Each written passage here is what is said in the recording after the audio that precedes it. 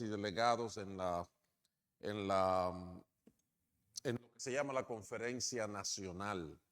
La Conferencia Nacional, todas las iglesias están representadas y ahí discutimos todas las cosas que tienen que ver con el orden de la iglesia, la visión de la iglesia, etcétera, etcétera. Y uno de los elementos principales de la celebración, que dura 3 días y normalmente la hacemos en Messiah, en la Universidad Messiah, ahí al norte, ahí en Mechanicsburg, es el mensaje del obispo. El obispo es la persona que preside la estructura de la iglesia congregacional. Y él es la persona que ayuda a liderar la denominación en lo que Dios quiere hacer, en darnos visión a todos, en darnos el ánimo y además manejar la estrategia para que se cumpla el propósito de Dios entre nosotros. Amén. Entonces, siempre me ha gustado, y no solamente eso, sino que cuando Dios establece direcciones, autoridades, son para bendecir tu vida. Entonces, aprovechémosla. Entonces, yo tengo ya una tradición de hace algunos años de que el mensaje que el obispo trae a los representantes en la conferencia nacional, yo se lo traigo a la iglesia. No lo doy 100%, hay elementos, muchas veces elementos de que ellos le llaman de housekeeping, hay elementos de lo que es parte de la estructura de la burocracia del sistema que no nos interesa necesariamente a este nivel. Y entonces trato de eliminarlo, pero me concentro en traer la palabra del obispo en su esencia para que nosotros escuchemos la voz de Dios y junto con las otras 100 y pico de iglesias que son partes de nuestro esfuerzo, estemos en la misma página y empujemos en la misma dirección. Amén. Así que en un momento yo voy a estar leyendo lo que el obispo dijo y en un momento yo voy a decir lo que el Calvito dice. ¿Ok? Entonces, usted va a notar la diferencia. Una cosa va a salir con pelo y otra sin pelo.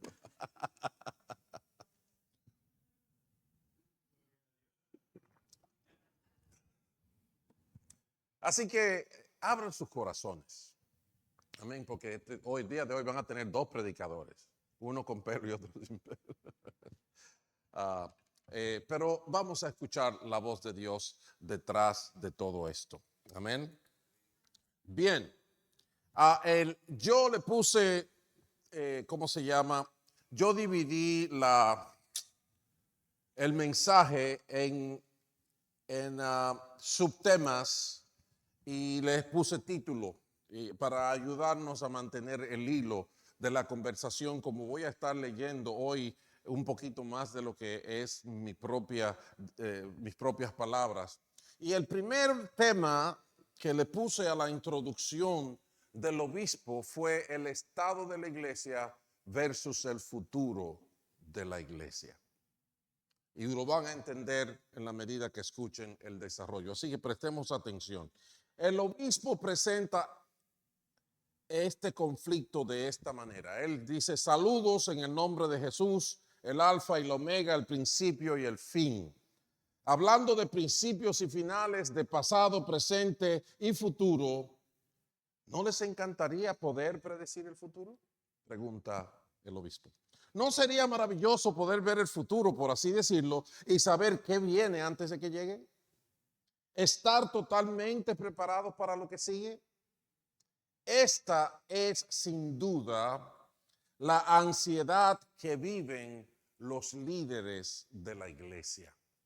El tema de la conferencia nacional fue liderazgo consciente y está enfocado en la realidad de la necesidad de salud en la iglesia y salud en el liderazgo de la iglesia. Entonces, al querer predecir el futuro, el tratar de darnos cuenta qué es lo que viene para estar preparados, es sin duda la ansiedad que viven los líderes de la iglesia. Conocemos muy bien el estado actual de la iglesia. El estado actual de la iglesia es disminución de la asistencia, disminución del interés, disminución de la lealtad, de los recursos, de la participación, de la visión, del optimismo, y la lista sigue y sigue. Muchos nos preguntamos, ¿qué ocurrirá? ¿Qué nos tiene Dios bajo la manga? Hay algunos puntos brillantes en el horizonte que parecen indicar cambios positivos en la iglesia y la cultura, y nos esforzamos por ver lo más lejos posible para vislumbrar algo. Si Dios está orquestando algo, si Dios va a hacer algo, queremos estar preparados. Queremos preparar a nuestra gente. No queremos perdernos nada. Esta ansiedad por el futuro, continúa el obispo, este temor a perdernos de alguna manera lo que Dios pueda hacer a continuación, me lleva a una pregunta muy larga, muy compleja, pero importante. Y la pregunta es la siguiente: ¿cómo discierne un líder de la iglesia lo que debe hacerse o deshacerse en la iglesia en el que él sirve? ¿Cómo prepara a su rebaño para que se adapte a lo que Dios está haciendo en la iglesia? ¿Cómo anticipa y planifica las oportunidades y amenazas al ministerio en el futuro cercano y lejano? Esta es la pregunta con que me he enfrentado muchas veces como pastor de la iglesia local, porque él fue pastor de iglesia local, como director de los ministerios globales de misiones en nuestra denominación. Él fue el director, y ahora como obispo de la iglesia evangélica congregacional. Esta interrogante frente a la condición actual de la iglesia y la necesidad de llevarla a un futuro promisorio es la que crea un estado de ansiedad y que muchas veces conduce a errores y que muchas veces conduce a malas decisiones. Y eso es lo que se está enfocando en el tema de la conferencia nacional. Y en ese sentido, el tema que sigue en la disertación del obispo, yo lo he titulado Siguiendo el mover del Espíritu. Y él dice: me reconforta saber que otros líderes también han lidiado con este dilema. No es un dilema de la iglesia evangélica congregacional, y no es un dilema del tiempo presente solamente. Henry Nouwen, en su librito En el nombre de Jesús, reflexiones sobre el liderazgo cristiano, comparte una frustración similar al ser invitado a hablar sobre el futuro del liderazgo cristiano en el nuevo siglo. Y mientras luchaba por anticiparse a sí mismo, buscando alguna idea de ministerio para el futuro, comenzó a comprender que un líder no puede liderar más allá de lo que él es.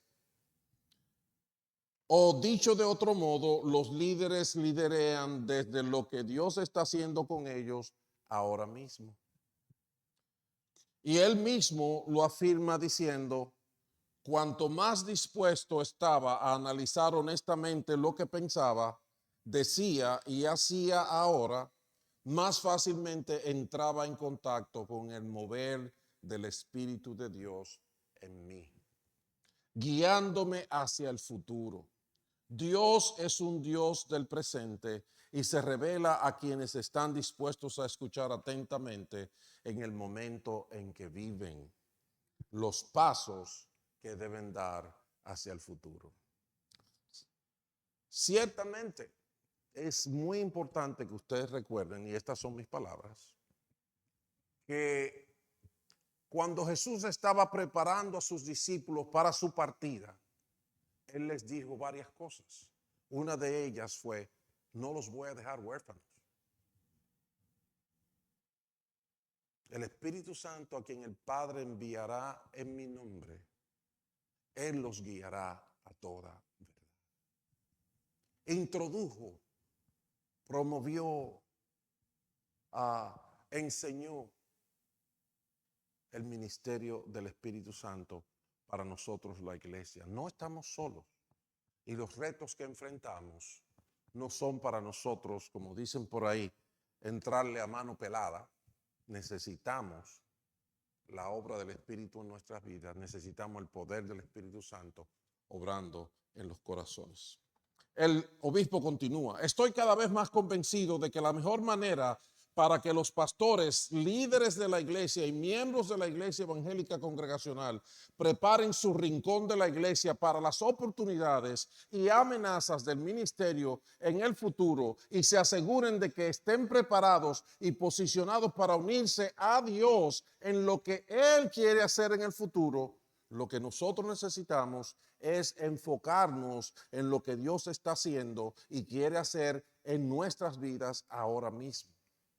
Jesús, en un sentido, lo dijo de esta manera en Mateo capítulo 6, cuando dijo a partir del verso 25, por eso les digo, no se preocupen por su vida, qué comerán o qué beberán, ni por su cuerpo, cómo se vestirán. O sea, no se preocupen por las incertidumbres que trae la vida. ¿No tiene la vida más valor que la comida y el cuerpo más que la ropa? Fíjense en las aves del cielo, no siembran ni cosechan ni almacenan en graneros. Sin embargo, el Padre Celestial las alimenta. Y la pregunta es, ¿no valen ustedes mucho más que ellas? Es decir, el Señor está diciendo, esas preocupaciones son genuinas, pero tu enfoque no debe de ser en los problemas de esta vida. Tu enfoque debe de ser en que Dios te conoce y Él tiene un plan para ti. Por eso Él continúa diciendo, ¿quién de ustedes, por mucho que se preocupe, puede añadir una sola hora al curso de su vida? El verso 31 dice, así que no se preocupen diciendo qué comeremos o qué beberemos o con qué vestiremos. Los paganos andan tras todas esas cosas, pero su Padre Celestial sabe que ustedes las necesitan. El problema de nosotros los seres humanos es que olvidamos que este mundo lo inventó Dios. Y a fin de cuentas, Dios lo maneja. Así que su Padre Celestial sabe que ustedes las necesitan. Más bien, busquen primeramente el reino de Dios y su justicia. Entonces, no es que ustedes no las necesitan, no es que ustedes están pensando mal en que necesitan comer, en que necesitan vestir. No, Él sabe que ustedes lo necesitan y Él se las va a añadir. En otras palabras, un movimiento dinámico de Dios necesita mujeres y hombres que busquen intencionalmente una relación más profunda, plena y cercana con Jesús y su iglesia, con una pasión ardiente por Dios hoy. La declaración de visión de la iglesia congregacional lo ilustra muy bien. Entendemos que nuestra visión del mañana dirige nuestras vidas hoy. Así que refresquemos esa visión, como ustedes la tienen ahí. La iglesia evangélica congregacional será un movimiento dinámico de Dios. No nos perdamos.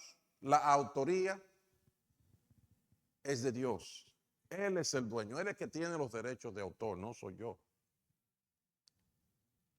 Movimiento dinámico de Dios, pero es liderado por pastores y laicos con una pasión ardiente por Dios y un celo misionero por alcanzar a los perdidos. Dios no escogió a los ángeles para que hagan el ministerio aquí en la tierra. Él escogió a ti y a mí. Obedeceremos creativamente la gran comisión, transformando iglesias estancadas y en declive en iglesias saludables, hacedoras de discípulos y comprometidas con la evangelización de las comunidades a las que Dios nos ha llamado. Las iglesias saludables se reproducirán plantando iglesias en las comunidades menos alcanzadas. La interdependencia será el sello distintivo de la Iglesia Evangélica Congregacional, ya que las iglesias locales se conectarán entre sí y con ministerios más allá de la familia de la Iglesia Evangélica Congregacional para proclamar el Evangelio en el mundo. Es decir, no somos exclusivos. Sabemos que Dios tiene más hijos con otros nombres de instituciones con los que vamos a compartir este proyecto. Entonces entramos en lo que el obispo dice sobre pastores saludables e iglesias saludables. Notarás, dice el obispo, que enfaticé las palabras iglesias saludables. Estoy convencido de que un movimiento de Dios saludable se compone de congregaciones saludables lideradas o dirigidas por pastores y líderes de iglesias que también están saludables. Durante los últimos 2 años nos hemos enfocado en la salud de la iglesia, animando a las congregaciones con diferentes opciones como encuestas que aún están disponibles en nuestro sitio web. Mientras continuamos trabajando en la salud de la iglesia, este año queremos ampliar nuestro enfoque a la salud de nuestros pastores y líderes de iglesias locales, enfocándose en la salud de los líderes y los pastores locales. Nuestra visión de un movimiento dinámico requiere pastores, familias y líderes de iglesia espiritualmente y emocionalmente saludables. Durante el último año hemos estado investigando, evaluando y compartiendo recursos que ayudarán a nuestros pastores a crecer en una vida espiritual, emocional y física saludable. Nos hemos asociado con una institución que se llama Líderes que Sirven o Serving Leaders, un grupo ministerial que ofrece la atención, consejería y recursos a pastores y sus familias. Me encanta la declaración de su misión. Ellos dicen: existimos para revitalizar, restaurar y proveer recursos a líderes ministeriales y a sus familias, permitiéndoles buscar la salud y la excelencia en su llamado al ministerio. El tema de nuestra conferencia natural, continuó el obispo, fue líderes conscientes, liderazgo consciente. Complementa nuestra visión de transformar iglesias estancadas y en declive en iglesias sanas que hacen discípulos. El síntoma de la salud es hacer discípulos. Al centrarnos en pastores y líderes de iglesias saludables, no somos el primer movimiento en comprender la importancia de la salud. El mismo escritor bíblico, el apóstol Juan, en su saludo a Gallo, líder en las iglesias de la provincia de Asia, conecta la importancia de la salud espiritual, física y emocional en la vida de los líderes de la iglesia. En el tercer capítulo de esa carta, en la tercera carta, perdón, del apóstol Juan, dice: querido hermano, oro para que te vaya bien en todos tus asuntos y goces de buena salud, como prosperas espiritualmente. Tenía el enfoque de la salud en todos los sentidos del ser humano. ¿Por qué es tan importante este enfoque en la salud pastoral?, pregunta el obispo. Hay un pastor y psicólogo llamado Bill Gauthier, en su artículo de estadísticas del estrés pastoral.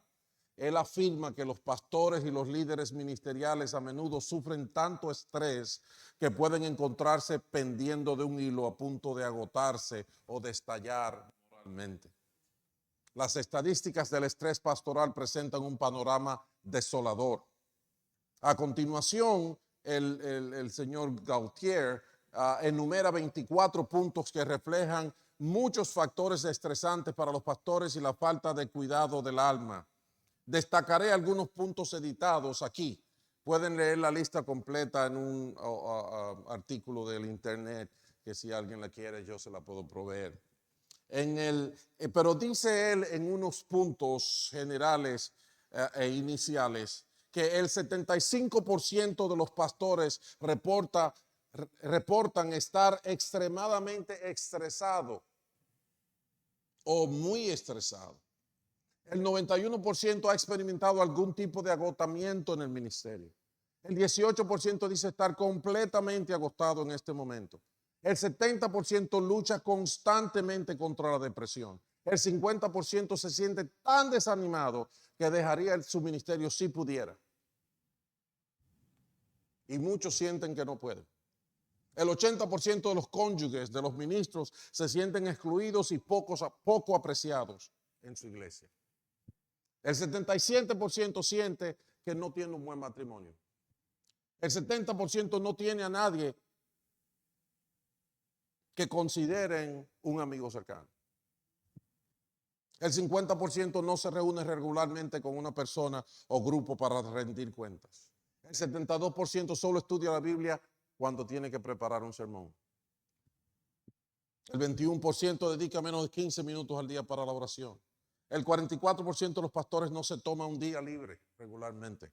El 31% no hace ejercicio en lo absoluto. Y hay una lista que sigue y sigue y sigue y sigue. Y no estamos, esa lista no es de la iglesia evangélica congregacional. Esa lista es de la iglesia en sentido general. Y yo, como parte de eso, yo le puedo decir sí a la mayoría de esos puntos ahí. La misión, ¿qué vamos a hacer con un cuadro de este tipo? Ese cuadro, como quien dice, coja su maleta, empaque su ropa y vámonos de aquí, vamos a cerrar este negocio porque no va para parte. Pero ¿qué es lo que Dios quiere? ¿Qué es lo que Dios manda? Amén. Si nosotros pensamos en un Jesucristo siendo arrestado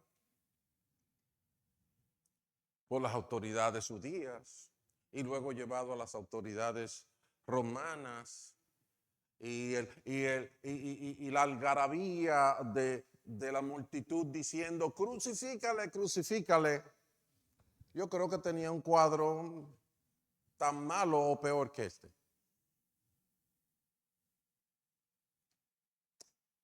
¿Qué hizo él? ¿Cogió su ropa y se fue? Por las autoridades judías. La palabra de Dios dice que puso su rastro como un pedernal. Puso su mirada en la recompensa que venía por hacer la voluntad de Dios. Y nosotros, por malo que esté el cuadro, tenemos que fijar nuestros ojos en Jesús. ¿Por qué? Porque la misión continúa. Cuando Jesús se fue, nos dejó un encargo y Él no lo ha recogido. Tenemos que hacer discípulos. Sabemos que la asistencia y la membresía de las iglesias en Estados Unidos están disminuyendo a un ritmo alarmante, con un promedio de asistencia al culto dominical matutino de alrededor de 50 personas. También sabemos que muchas iglesias en todo el país han cerrado o cerrarán pronto. Viendo nuestra propia realidad, dice el obispo, en nuestros registros nos vamos a dar cuenta que en el año 2003 teníamos 144 iglesias y en el año presente solamente tenemos 108. La buena noticia es que no tenemos que rendirnos ni aceptar la disminución de las iglesias ni la lenta desaparición de las congregaciones locales. Al contrario, nuestra declaración de visión declara que transformaremos las iglesias estancadas y en declive en iglesias sanas. Y la describe diciendo que hacen discípulos. ¿Ok? Nosotros sabemos que tenemos que arreglar unas cuantas cositas para ser discípulos.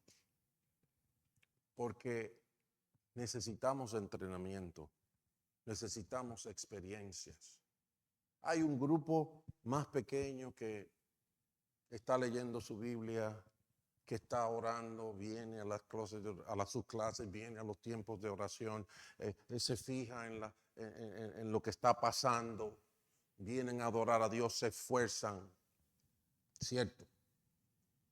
Y la lucha es fuerte, porque hagan todo eso no significa que están viendo todos los milagros que quisieran ver. Y en un momento nos preguntamos, ¿qué más puedo hacer? Bueno, lo que más podemos hacer, dice el Señor Jesucristo, es buscar a 2 o 3 personas, entrenarlos en lo que nosotros hacemos para que ellos sean discípulos y ellos se dediquen a hacer discípulos. ¿Entiendes eso? Eso es lo que manda la palabra de Dios. Y nosotros tenemos que entender nuestra realidad y cambiar nuestra dinámica de manera que cumplamos con el mandamiento del Señor. Porque si ustedes no se han dado cuenta, a mí me criaron en una familia normal. En mi casa no habían drogadictos, no habían cosas locas. Mi papá y mi mamá estuvieron casados hasta que él murió. Con sus más y sus menos, pero normal. No fue una cosa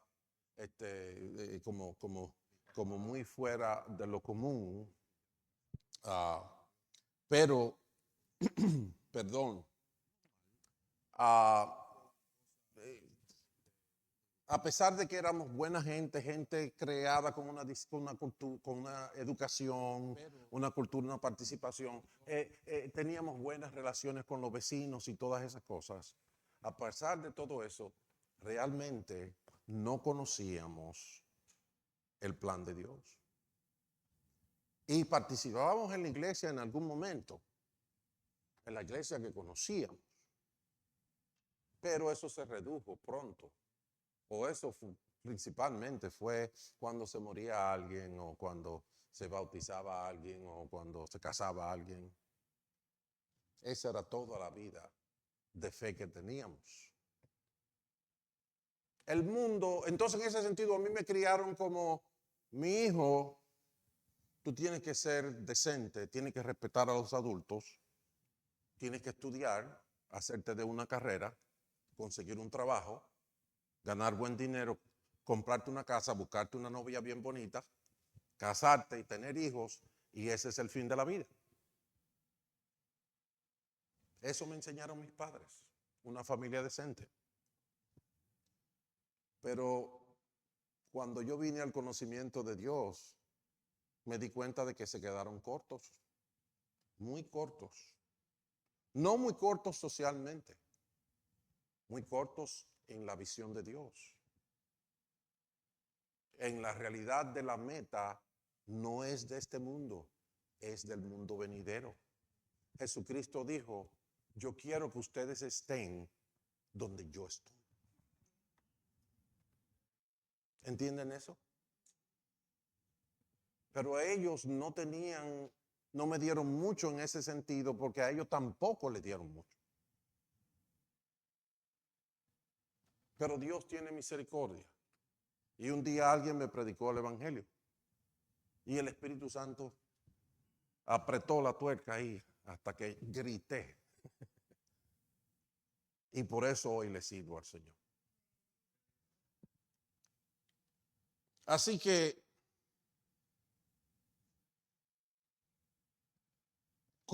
la pregunta es ahora, dice el obispo, ¿cómo revertimos este declive frente a la marea de factores culturales y espirituales que nos desafían? Porque la verdad es que no solamente el problema somos nosotros, el problema afuera, esto está como que los pies para arriba, la cabeza para abajo, y la espalda está en el frente, y el frente no se sabe dónde está. ¿Cómo revertimos este declive frente a la marea de factores culturales y espirituales que nos desafían? Dice el obispo. La respuesta es simplemente difícil, Permítanme explicarlo, dice él. Simplemente hacemos lo que Jesús nos instruyó. Hacer discípulos que hagan discípulos que hagan discípulos. ¿Ves cómo es la cosa? Hacemos muchas cosas, pero tenemos que recordar que lo que Él nos mandó principalmente, aunque todas esas otras cosas ayudan, Él nos mandó a un fin: hagan discípulos de todas las naciones. Discípulos que a su vez hagan discípulos. Y Él oró por los discípulos que Él tenía y por los discípulos que esos discípulos iban a hacer. Así, dice el obispo, la iglesia crecerá como Jesús lo planeó, lo que conducirá a un aumento en la evangelización, la asistencia, el impacto en la comunidad, el número de candidatos pastorales y misioneros y la plantación de nuevas congregaciones. Seremos un movimiento dinámico. Lo difícil, dice el obispo, es convencer a nuestros pastores, equipos de liderazgos y miembros de la iglesia para que hagan el cambio de paradigma hacia la multiplicación del discipulado, sabiendo que será un desafío y que requerirá una inversión constante antes de que comencemos a ver resultados significativos. Hubo un comentario en el año 2018 del que era obispo en esa ocasión, Bishop Hill, y él en su discurso episcopal, o sea, en este mismo tipo de presentación, ante la Asamblea de la Conferencia Nacional, dijo en el 2018 que a menudo hablamos del discipulado como si fuera opcional. Pero también entendemos que Jesús nos dio a cada uno la gran comisión de ir y hacer discípulos. No es una alternativa, es la alternativa, digo yo. Y yo, a pesar de tener muchos años en el Evangelio, de repente un día despierto y me fijo en lo que Jesucristo hacía, porque yo tenía en mi mente que hay una cosa que se llama evangelismo. Y eso es que tú vas y tratas de predicarle a la gente que no han escuchado de Jesús y les dices, los evangelizas, le hacen que conozca el evangelio. ¿Ah? Pero entonces tú no los disipulas hasta que no se convierten. El día que ellos se convierten y dicen, oh, yo quiero al Señor Jesucristo, yo me arrepiento de mis pecados, entonces tú dices, ahora hay que comenzar discipulado. Y cuando yo me puse a fijarme en el Señor Jesucristo, no bien había Él enganchado a un grupo para que le siguiera cuando ya Él les estaba enseñando, cuando ya Él los estaba adiestrando, cuando ya Él les estaba dando información de cosas que ellos ni se iban a imaginar. Si usted ve en el libro de Juan capítulo 1, el final del capítulo 1, Él habla con los discípulos, consigue unos cuantos de ellos, entre ellos Natanael, y Él les dice, a partir de ahora van a ver el cielo abierto, los ángeles de Dios subiendo y bajando sobre el Hijo del Hombre. Ustedes están viendo que no es el obispo que está hablando ahora, soy yo. Entonces me di cuenta, o yo entré en la convicción de que usted disipula todo el tiempo. Uno tiene un contacto con una persona, le ministra la palabra de Dios y ya comenzó el discipulado. Sea convertido o no sea convertido. Eso no quiere decir que ya está en el cielo. Pero lo que quiero decir es lo que nosotros hacemos. Si imitamos a Jesús, Jesús le hablaba a todo el mundo. Le decía ejemplos, le mostraba las ilustraciones, le respondía en la pregunta. ¿A quién? A todo el mundo. En verdad, en la palabra no está el momento en que Pedro dice, yo acepto a Jesucristo como mi Señor y Salvador. O cualquier otra persona. Hay algunos casos como el eunuco en que él dijo, yo quiero bautizarme. Pero ya le estaban dando discipulado antes de, ahí mismo lo conoció y ahí empezaron a discipularlo. ¿Qué quiero decir con esto? Es que tenemos que cambiar nuestro paradigma, como dice el obispo. Por ahí dicen que insanidad es hacer lo mismo esperando un resultado diferente. Entonces, por eso el obispo dice, lo difícil es convencer a nuestros pastores, a los equipos de liderazgo y a los miembros de la iglesia para que cambien en la forma de vivir. El obispo Hill dice, a menudo hablamos de discipulado como si fuera una de las opciones. Tenemos que adoptar esa opción. Ese es el mandamiento. La buena noticia, dice el obispo, es que los líderes de la iglesia no tienen que afrontar este cambio de paradigma solos. La comunidad de extensión del reino ofrece grupos en entrenamiento. Su pastor ha viajado ya por 3 veces a diferentes sitios entrenándose después de 35 años de caminar en el evangelio como ministro.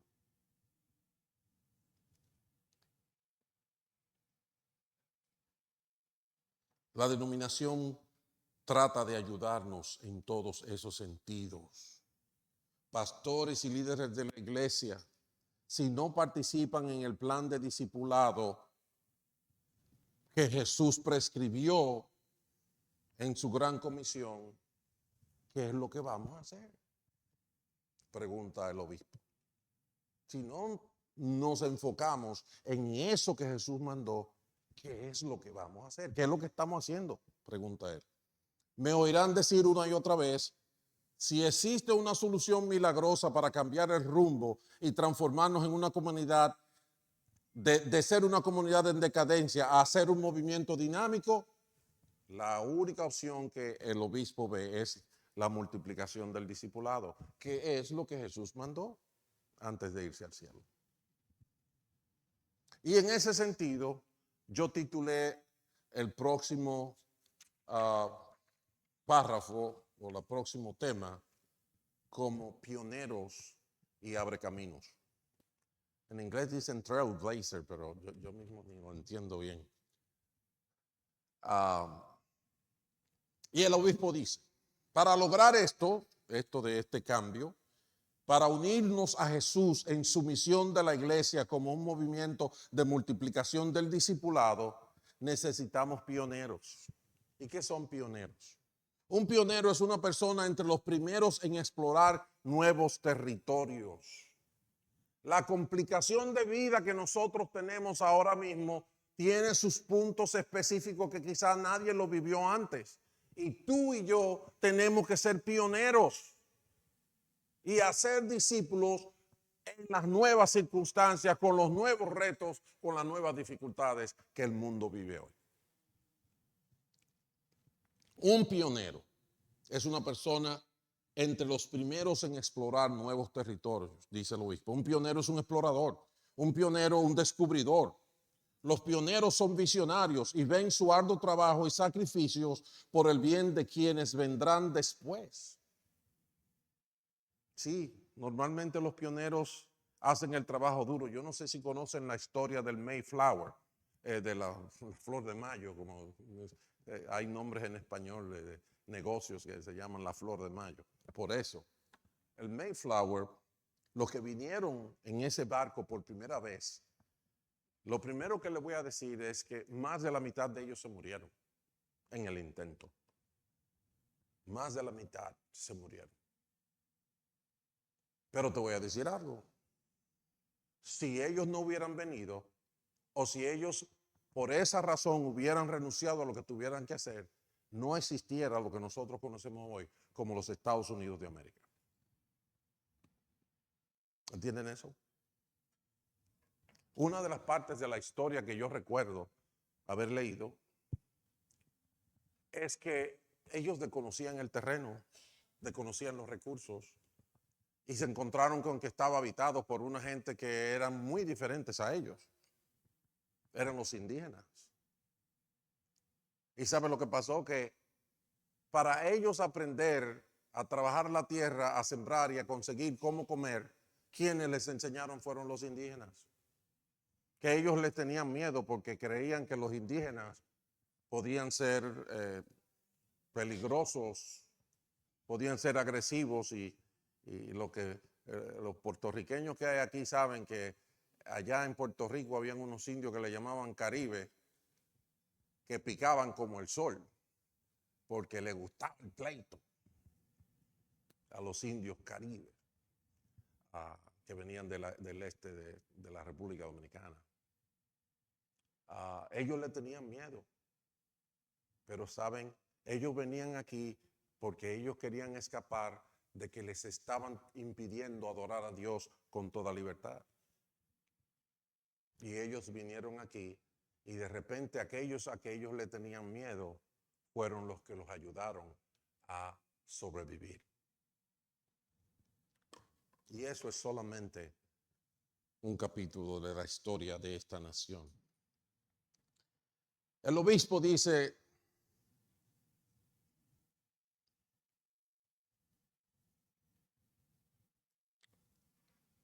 si lees la historia de la Iglesia Evangélica Congregacional, vas a leer relatos de pioneros similares en Estados Unidos y en el extranjero. Y la buena noticia es que Dios continúa llamando pastores y congregaciones pioneras hoy. Escuche el desafío del obispo Mike Sigman, que fue un obispo en el pasado, todavía está pastoreando ahí en Lancaster, quien escribe en Evangélicos desde el Principio, que es un libro de la historia de la Iglesia Evangélica Congregacional. Y él dice en ese libro: con demasiada frecuencia, la iglesia se comporta más como una institución establecida en la tierra que como un movimiento dinámico de Dios. Y explico qué es lo que quiere decir con eso, o su mismo escrito lo explica. Institución, la palabra institución, evoca la imagen de un edificio que no se mueve, como este edificio, right?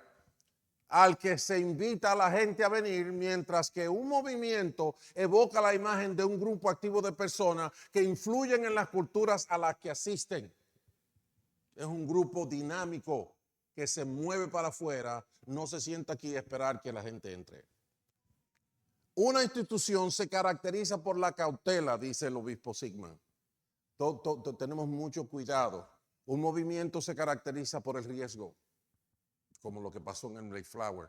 Una institución tiene la mirada fija en sí misma y se conforma consigo misma. Un movimiento tiene la mirada fija en una meta y avanza hacia ella. La Iglesia Evangélica Congregacional, dice el obispo Sigman, debe volver a convertirse en un movimiento de Dios. Para mí, que ya doblé la curvita en la edad, es un gran reto. Pero le voy a decir, un reto más difícil es no hacer nada. Un reto más difícil es darse por vencido. Un reto más difícil es que todo el bien que Dios te ha dado en tu vida, tú lo dejes podrirse.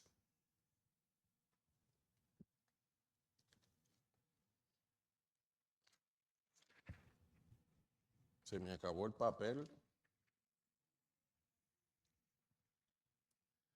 El obispo dice que una institución se caracteriza por la cautela. En otras palabras, se asustan. Pido a Dios, dice, continúa el obispo, se llama Randy Sycamore, y él lo ha predicado aquí. Pido a Dios que levante más pastores y personas pioneras en nuestras iglesias, que abran camino para que otros las sigan. Pido por mujeres y hombres con un fuego interior que no esperen a que las condiciones cambien, sino que se unan a Jesús donde viven, trabajan y se divierten para ser discípulos con Él. Oro por pastores y familias que vean oportunidades donde otros no la ven. Pastores que en lugar de descartar de inmediato a esa congregación pequeña en apuros, yo diga, no, pero aquí no tengo esto, aquí no hay quien toque, aquí no hay que barra, no hay quien abre, no hay quien cierre. Y vamos a dejar este negocio. No dice no. Oro por pastores y familias que vean oportunidades donde otros no la ven. Pastores que en lugar de descartar de inmediato a esa pequeña congregación a puro, buscarán el rostro de Dios y dirán: Dios, si me llamas, iré. Si me necesitas, me quedo. Recientemente escuché a un orador, dice el obispo, recordarle a su audiencia que todos morirían. Ese orador les dijo: hey, se van a morir todos ustedes.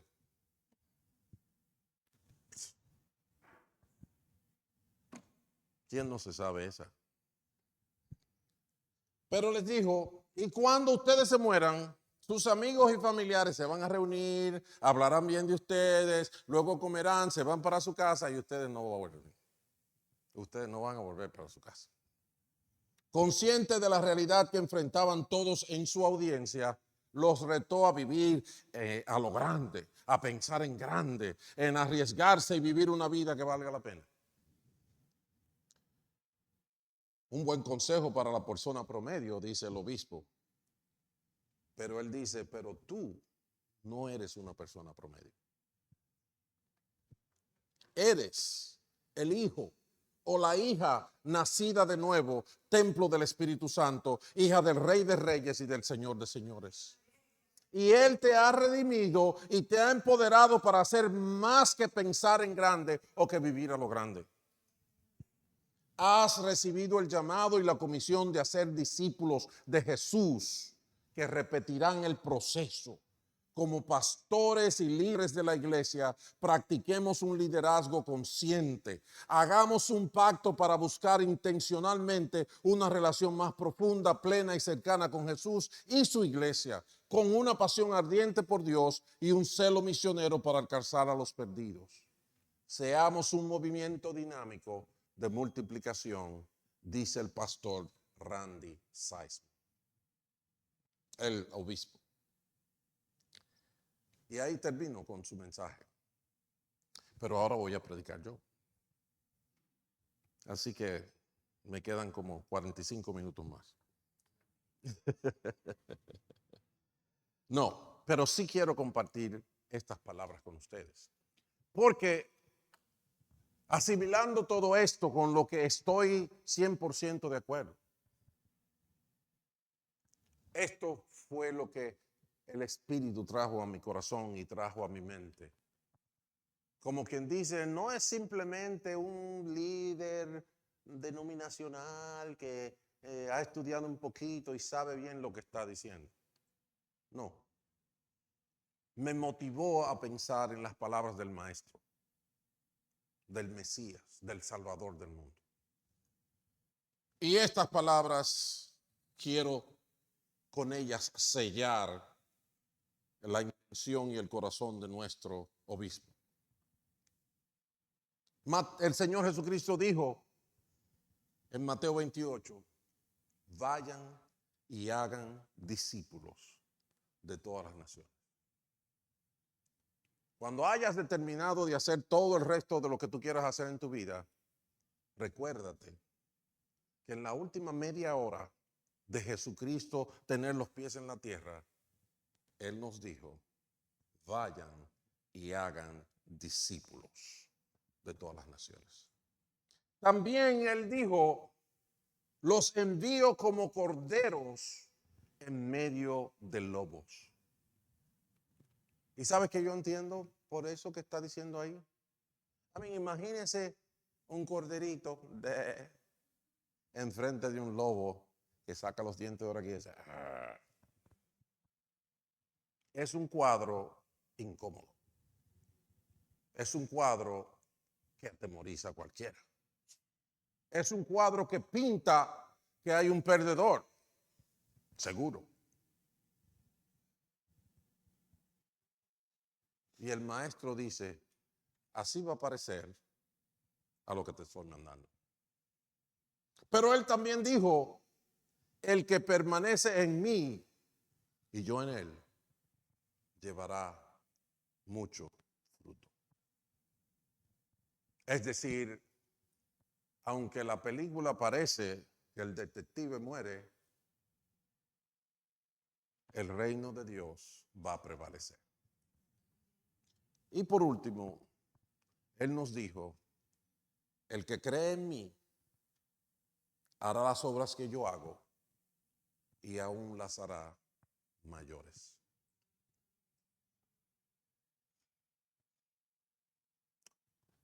Yo no soy un gran motivador. No soy un gran charlista. Pero estas palabras son del verbo de Dios, que era en el principio y que se llama el alfa y la omega, el principio y el fin. Aquel que vendrá con ojos ardientes y boca de fuego o de espada, a quien le ha sido entregado el juicio de todo lo vivo. Yo creo que en Él podemos confiar, no en mí, pero en Él sí. Y esa es su palabra. Vayan, y aunque sea difícil, lo que tienen que asegurarse es hacerlo conmigo. Y les voy a mostrar que si ustedes confían en mí, van a ver la gloria de Dios. Fijemos nuestra mirada en Jesús y seamos parte de lo que Dios está haciendo para la gloria de su nombre. Mi granito de arena con el mensaje del obispo, pero el resto de las palabras fue otro el que predicó el día de hoy. Ponte de pie y vamos a orar.